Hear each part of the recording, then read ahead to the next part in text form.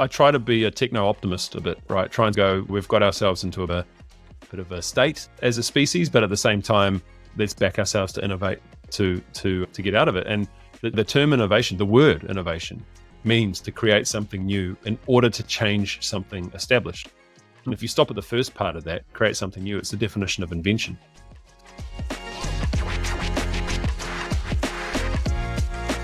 Hey James, good to see you. Thanks for coming on the show. Ricky, it's great to be talking to you. Thanks for having me. Awesome, mate.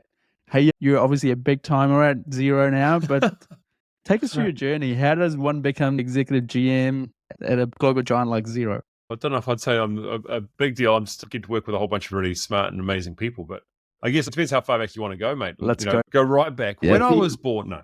Maybe not that. At university, I studied computer science and management science and information systems, and really enjoyed that, particularly the IT side of things. And then left university and started working as a developer, and then started to do a whole bunch of different things, working at a retailer here in New Zealand. And then at a certain point along the road, I met a person who started working for the company called an architect. And I'd never thought of an architect outside of building architecture. So I was like, oh, what is this person doing? And found it really interesting, like this, I call it like bridging between worlds, like trying to understand a lot of technology and understand a lot of business and bringing those two things together, and found that I had a bit of a talent for it as well. And it lined up with what I'd studied at university, and I'm the eldest of 7 kids. So I learned a lot with being part of a big family, like understanding technologies and different people's points of view and trying to wrestle those things together. So became an architect, and then moved into a large bank here in New Zealand, ASB. So I was there for quite a while, actually, because I started working as an architect, and then I started leading architects, and then started leading architects and strategy people and innovation people, and ended up as the title was chief architect, which was looking after architecture, strategy, and innovation for the bank. And then about, what are we now? 4.5 years ago, 5 years ago, came to Xero. Like, I'd spent a lot of my time at the bank working on, we talked about trying to be more like a technology company, just one that was licensed and trusted to provide financial services. That was the vision. And having done that for nearly a decade and a half, it was like, actually, what's it like to work at an actual tech company? Came to Xero and initially started leading up the engineering practice and architects there. And then as Xero continued to grow, and one role became 3 people's roles, and started to focus on leading the architecture team. And then about a year ago, tech strategy has always been a kind of component of my role, if you like. And about a year ago, I was talking with my boss about some of the growth for myself and the needs that Xero was facing as we got bigger, and have been doing the tech strategy role as like a dedicated role for about a year. Pretty cool. I want to come back to Xero and what you're doing there now, but sure. Going back to your ASB days, I think you were there for 10 and a half years. About 14 years, yeah. About 14 years. Wow, that's amazing. You're a long-termer. It's one of those things where I felt like I was only going to be there for 2 years, but it's just, there's so much amazing stuff was happening, and I kept doing different things and doing different roles. And even at 14 years, you're working alongside people who've been there for 40 years. 14, I feel like I'd finished the grad program. So the question I was going to ask you there, then 14 years, what was the biggest takeaway? What was the biggest takeaway in that time was the need to keep learning. And that probably sounds a bit hackneyed, but like when I was there, like I was there during the GFC, I was there as like at the very start of my time at the bank, people would still be thinking about like phone banking was ringing up on a landline to check your balance, right? And by the time I was leaving the bank, obviously mobile was very much the way most people do a lot of their banking. And along that journey, you'd see all these new technologies coming along, and you'd see them grow and you see them develop. And you needed to constantly be learning. And that included checking your own assumptions and how much do you know about this topic and what else can you learn about it. And I think also on the outside looking in, sometimes banks or some other established organizations, it's almost a bit easy to poke a bit of fun and go, oh, they're a bit old or a bit slow or whatever. But the reality is they're incredibly complex organizations, and there's so much to learn both on the outside, so the internal technologies that are emerging, but also on the inside. Like as you're working with thousands of people, you're getting all these opportunities to learn different perspectives and learn diversity. So I'd say keeping learning all the time is probably the key thing I took away. It's interesting when you're looking at, when you're talking about technology, some of the things we will often say, the more transparent we can make the technology layer to the user, the better, right? It's going to have a better outcome, better user interface, better user experience. So basically it just happens. And then when you're working in a bank, where you've got thousands of people, and as a customer, we've all called these sorts of places, and you've got like I'd like to ask a question about this. And you go to the spiel. Oh, I just need to transfer you to someone else. And then you're sitting on hold, or they give you a number you got to call. So it's very non-transparent, like what the internal structure of a bank looks like to an outsider. But then you're actually bringing that sort of technology piece to it, which allows people just to interact with their bank in a much more sort of fluid kind of way. It must have been really tricky to try and bring together those different pieces. I'm interested in any insights you might have on looking at that. So trying to take a complex structure of an organization and make it simple from a technology perspective. Yes, interesting. Like making it simple or getting the job done simple. Like I think that's the way, like a lot of the sort of design thinking methodology, people who have studied that, and you're really going to the customer, the job to be done, the customer problem that you're trying to solve.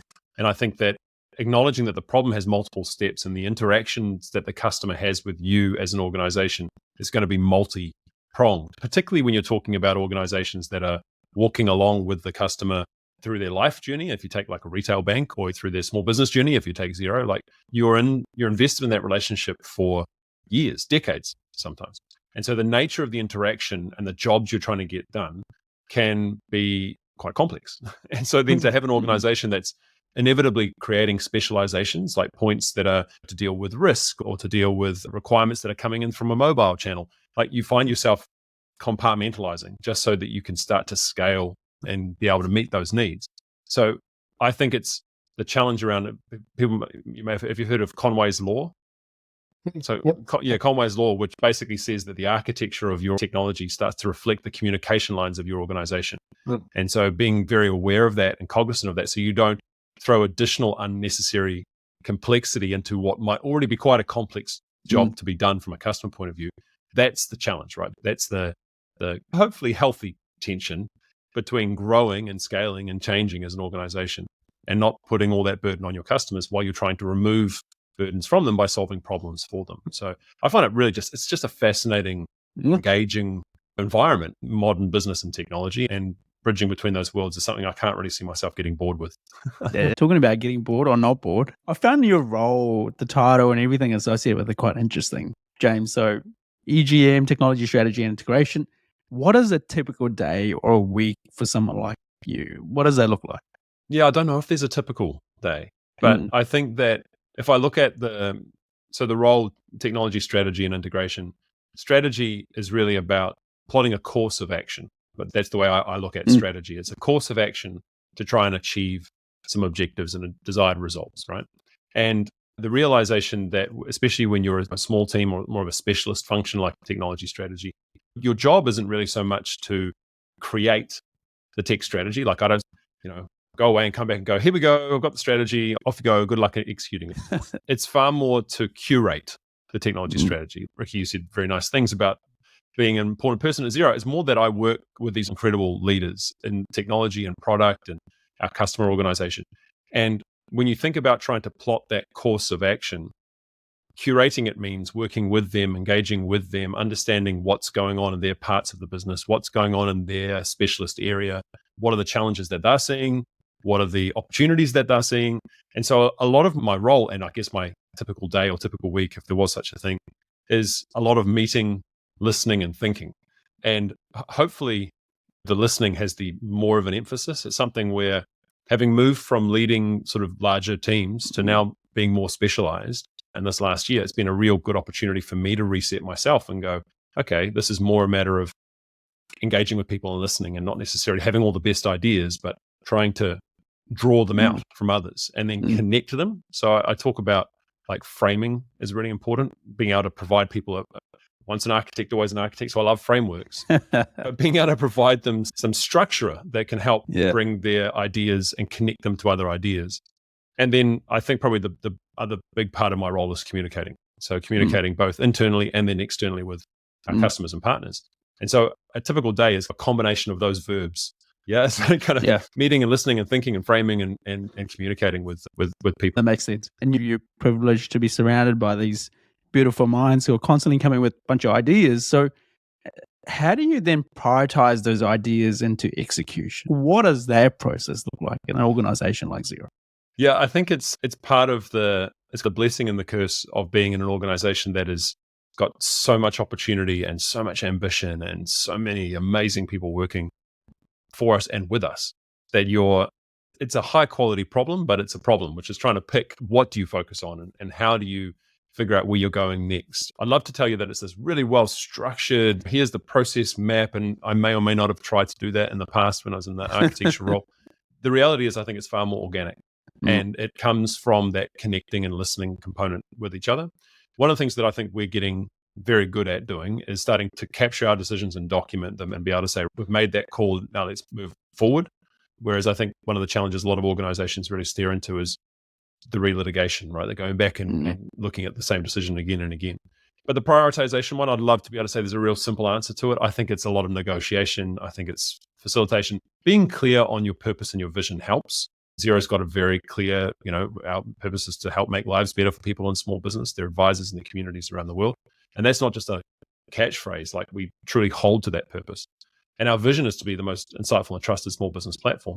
So you can use those as lenses through which you look at the pieces of work that we're trying to do.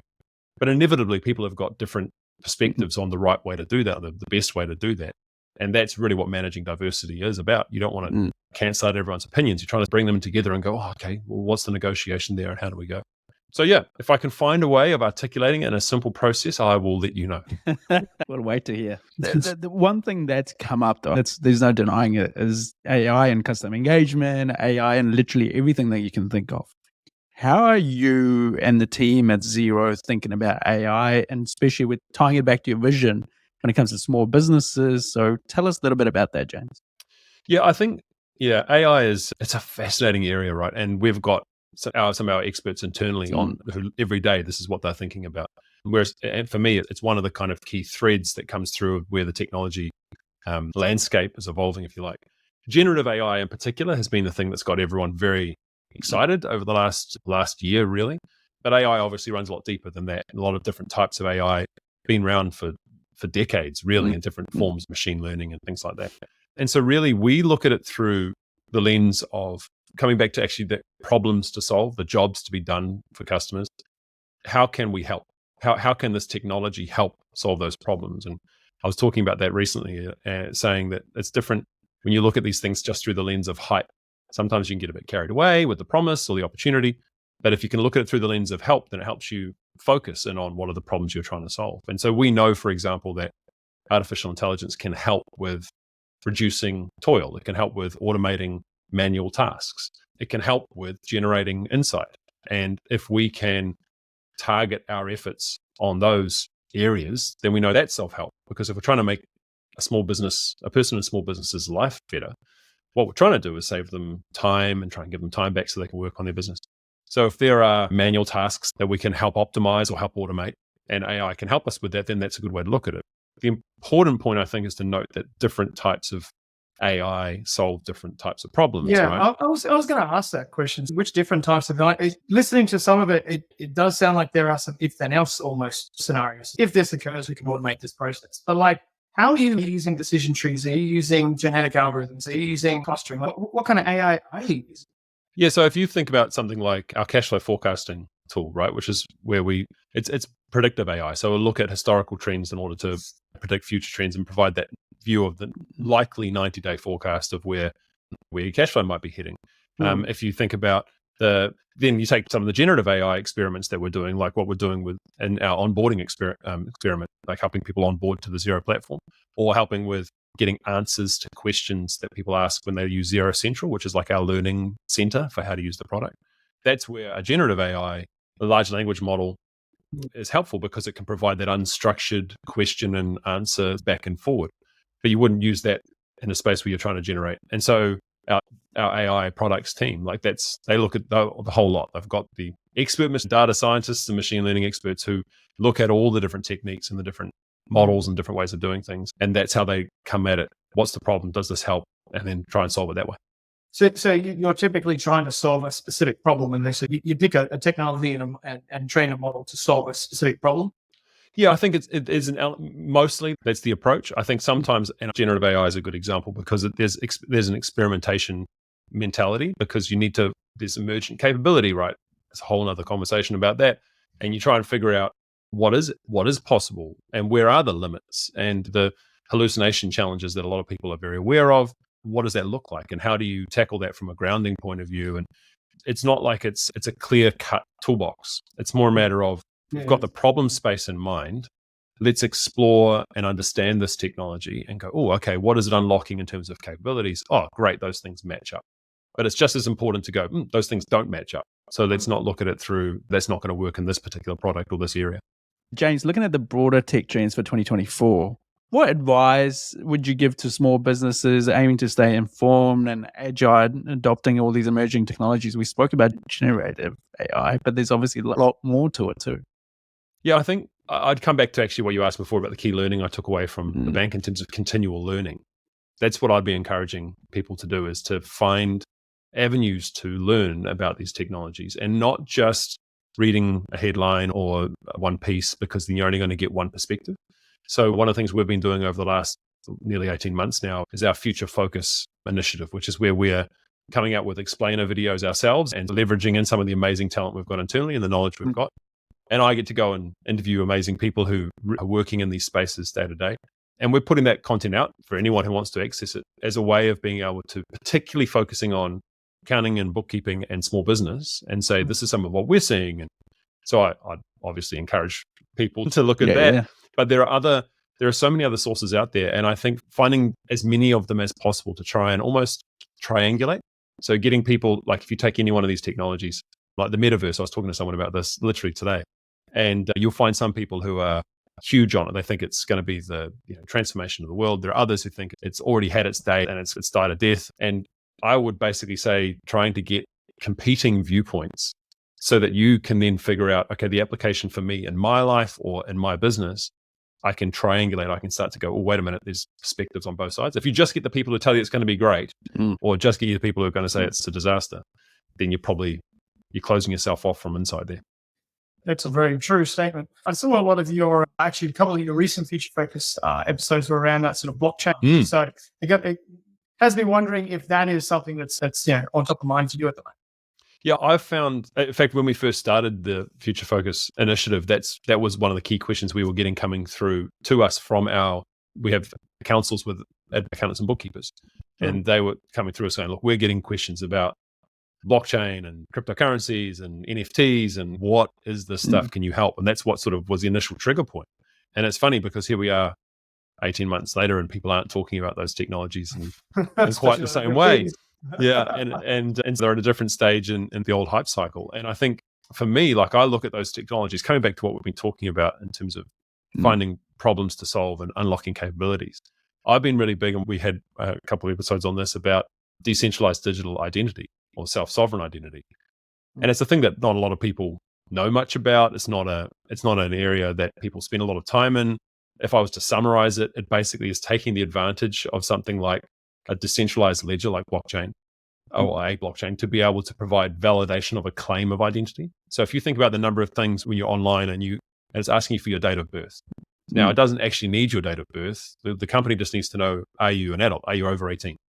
So if I can provide you a claim that I'm over 18, that's been validated computationally validated, then I'm able to say, there you go, that's all you need to know. I don't need to tell you my birth date, which is a sensitive piece of information.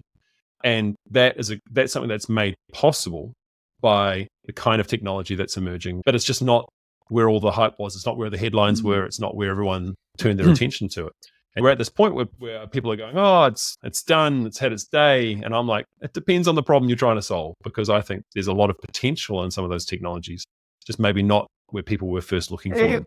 I agree. Like we went to a couple of years ago, we were at the AFR top 100 top most innovative companies and get awards and that kind of stuff. I actually found it really interesting when it got down to the top 10. Like, here's the top 10 companies, the most innovative companies in ANZ. It was like 9 out of the 10 of them were doing something with blockchain.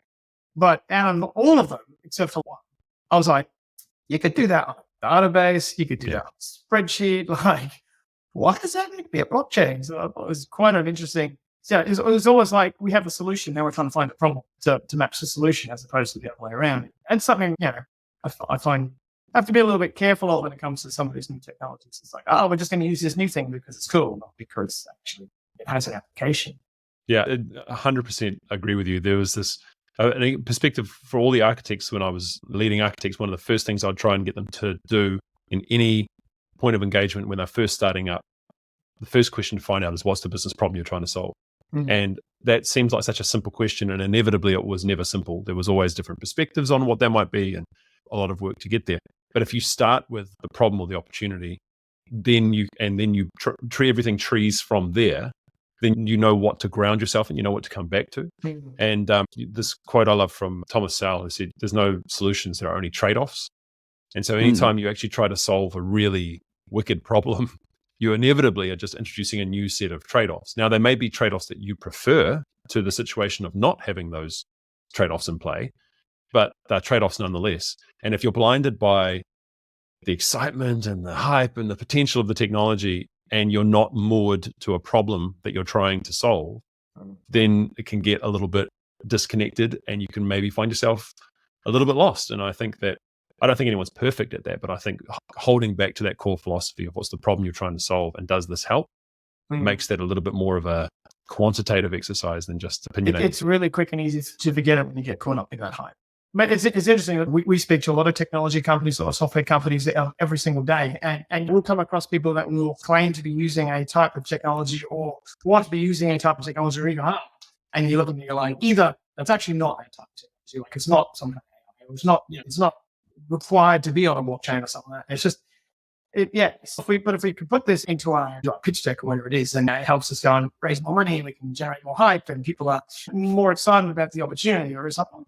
Different problem you're solving, right? When you're going at it from that lens, absolutely, yeah. I in my home life, like I love playing with home automation. Like I'm a geek. Like I admit it. Me too. And my wife is absolutely super keen on the fact that I'm always playing with home automation. Oh yeah, really is really big fan.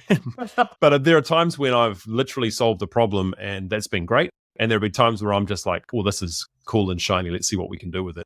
And that's more an experimentation mindset. But when my wife and kids are the subjects of the experiment, I have a very different take on it. So I think it's just, I've got reminders of it in my own personal life as well as professional.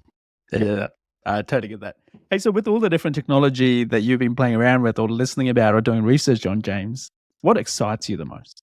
Oh, what excites me the most? There's plenty of road to run on AI, obviously. Like I don't think we've really scratched the surface of that at all. I think of the big trends that we look at and people think about. I think the metaverse hasn't had its day yet. I think not as many people who talk about it have actually read, Snow Crash, or it's where the original kind of concept was hashed, and they get quite confused between virtual reality and augmented reality. And I think there's a lot of potential still there in terms of, particularly as other technologies come online that start to make the metaverse, as envisaged in science fiction, more realistic. So if you think about it, we've already got massive computing power that's available in the cloud. We've already got ubiquitous connectivity so that you can be out in the real world and be blending physical and digital realities because you're not having to worry about connectivity. What we don't really have, we've got some of the display tech starting to come online, right, with the Vision Pro and things like that. But what we don't really have is the battery power. That seems to be, to me, the constraining factor. That and some of the miniaturization of display technology. So when my glasses just look like glasses but are augmented, I think that's pretty interesting. So for me, I'm really watching battery technology and seeing where that, I think it's an interesting kind of frontier for businesses as well, is to think about. I think everyone knows because the internet was a thing and it still is, and mobile was a thing and still is. And so there's a fear about missing out on the next big thing, and whether the metaverse is the next big thing or it's just an extension of the realities that we're operating in. I think it'd be really interesting to watch. And so I'm keeping an eye on that, obviously the AI side of things. And I do come back to, and I've said for quite a while, I think AI really gets its power when it's not so much about the artificial intelligence, but where it's augmenting human intelligence. And that's where there's a lot of potential there. And I think probably the other one green tech is huge, obviously, for the right reasons. And that has implications for businesses as well. So one of the episodes we were talking about carbon accounting and the reality of what that starts to mean for a small business and the expectations on you. And actually, Curtis, to your point around the questions of the blockchain, the ability to trace the origin or the provenance of your supply chain and then connect that to carbon emissions and sustainability standards. I think that's a really interesting area as well. So think about renewable energy certificates and that kind of stuff, which is cruising around. They actually are really difficult to manage, to generate, to validate, all that. And then obviously to sell them on the market, offset carbon emissions, all that fun stuff. It is, and it's. I try to be a techno optimist a bit, right? Try and go. We've got ourselves into a bit of a state as a species, but at the same time, let's back ourselves to innovate to get out of it. And The term innovation, the word innovation, means to create something new in order to change something established. And if you stop at the first part of that, create something new, it's the definition of invention. So innovation is trying to change something established with that new thing. We've got plenty of established problems that we could really turn our minds to. And so that's my hope, especially when you cast out beyond the forecastable horizon. So when you go, what's 10 years now? What's 15 years from now? That's my hope, is maybe we can lay these foundations in a way that would point to a future that's brighter. I like that. Coming back to Xero, James, what's next on the horizon for Xero? Can you share anything? What's in the sneak peek box? In the sneak peek box. I think some of the stuff that we've been talking about most recently in terms of some of those experiments, like continuing to see how those evolve as an area. Like we've definitely seen that there's a lot of interest and excitement. We did some research of about 3,000 small business owners around the world, and the things they were telling us that they were interested in was obviously AI, but also more education and support and understanding how those things could increase their productivity. And so without giving too much away, the stuff that we're really interested in comes back to that streamlining manual processes and delivering the right insight at the right time. And so I think we take a strategic view when it comes to any of the investment in that space, but having experimentation informing it and doing it in a safe way, that's a key part of learning that, right? So we can learn and deploy it in the right way. So we're starting to see that with those experiments that we're running right now. Nice one. And I've got one question for you, James, coming back to you. Spotlight's on you here. When you do decide to hang up your boots, what does James want to be known for? What legacy do you want to leave behind? Let's put it in professional context, because I think professional context. Thinking on my feet, I would say I started my career fixing problems, providing solutions to problems. So as a coder, as an engineer, that's what you do. You solve problems. And then as I became an architect, you're solving different kinds of problems. And then the next sort of phase of my career was leading people who solve problems. So leading architects and leading engineering teams and things like that.